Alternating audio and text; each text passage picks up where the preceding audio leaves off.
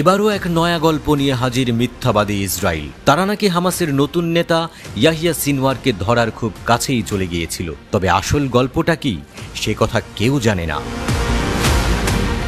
স্বৈরাচারী ইসরায়েলের দাবি মাত্র কয়েক মিনিটের জন্য ইয়াহিয়া সিনওয়ারকে গাজার সুড়ঙ্গ নেটওয়ার্কে হত্যা করতে পারেনি তারা। সন্দেহভাজন ইসরায়েলি রকেট হামলায় হামাসের সাবেক প্রধান ইসমাইল হানিয়ার মৃত্যুর পর সিনওয়ার এখন ইসরায়েলি ডিফেন্স ফোর্সের হিট লিস্টে থাকা শেষ ব্যক্তি।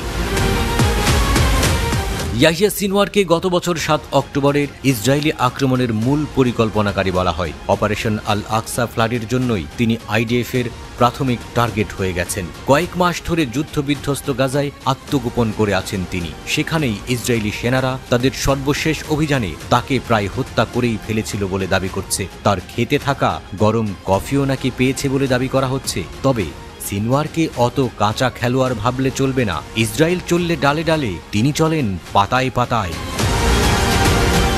আইডিএফ কমান্ডার ড্যান গোলফাস ইসরায়েলি সাংবাদিকদের জানিয়েছেন, তারা ইয়াহিয়া সিনওয়ারের ভূগর্ভস্থ কম্পাউন্ডে পৌঁছে গিয়েছিল। উষ্ণ ওই কক্ষে কয়েক লাখ ডলার, গরম কফি আর অস্ত্র পেয়েছে তারা। ইসরায়েলি ওই কমান্ডার আরও দাবি করেছে, সিনওয়ার এবং তার সঙ্গীরা সরে যাওয়ার কয়েক মিনিট পরে তারা সেখানে পৌঁছান।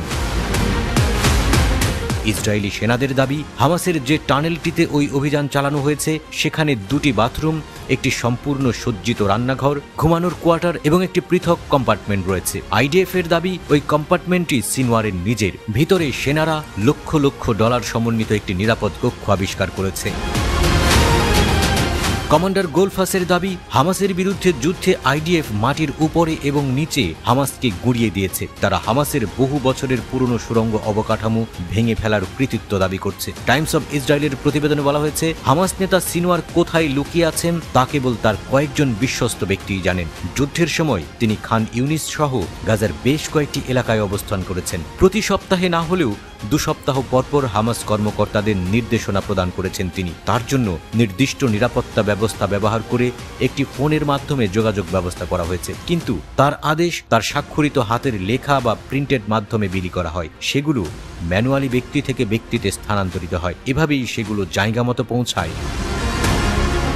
2017 এবং 2021 সালেও হামাসের প্রধান নির্বাচিত হয়েছিলেন ইয়াহিয়া সিনওয়ার। জীবনের 22 বছর তিনি ইসরায়েলি কারাগারে কাটিয়েছেন। জেলে থাকা অবস্থায় অপারেশনের মাধ্যমে ক্যান্সার থেকে মুক্তি পান তিনি। 2011 সালে বন্দি বিনিময় চুক্তিতে তিনি কারামুক্ত হন।